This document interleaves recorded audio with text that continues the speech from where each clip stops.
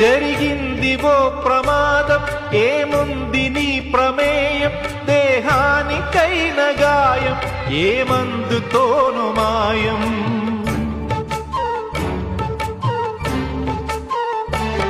విలువైన నిండు ప్రాణం మిగిలుండటం ప్రధానం, అది నిలిచినంత కాలం సాగాలి నీ ప్రయాణం.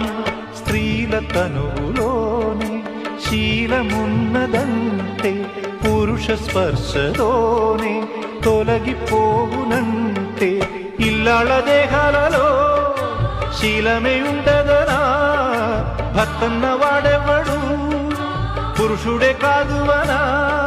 శీలం అంటే గుణం అనే అర్థం.